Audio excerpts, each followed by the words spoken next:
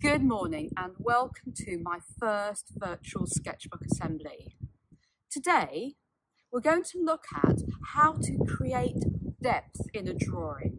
What I mean by that is by making a landscape image look less flat and more real, as if some things are closer to you and you can see all the way into the distance. Look at this painting by Claude Monet. Here's the horizon where the land meets the sky. In the background, a forest. In the middle ground, a row of trees.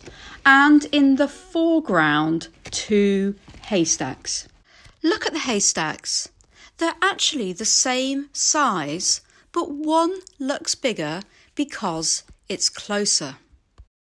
This is how we can create a sense of depth in a drawing by making things which are closer bigger on the page, and Daisy's going to show us how with the 3 little pigs.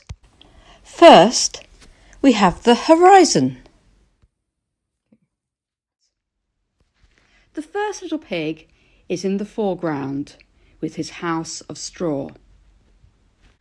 The next little pig, who built a house of sticks, is a bit further away, so Daisy's drawing him smaller.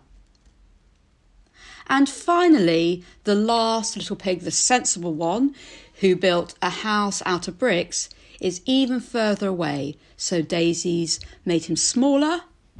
And look, she's connecting the pigs' houses with a path. So here's a reminder of the 3 steps to success. I can't wait to see your drawings, so please post them to us on Twitter. Happy sketching.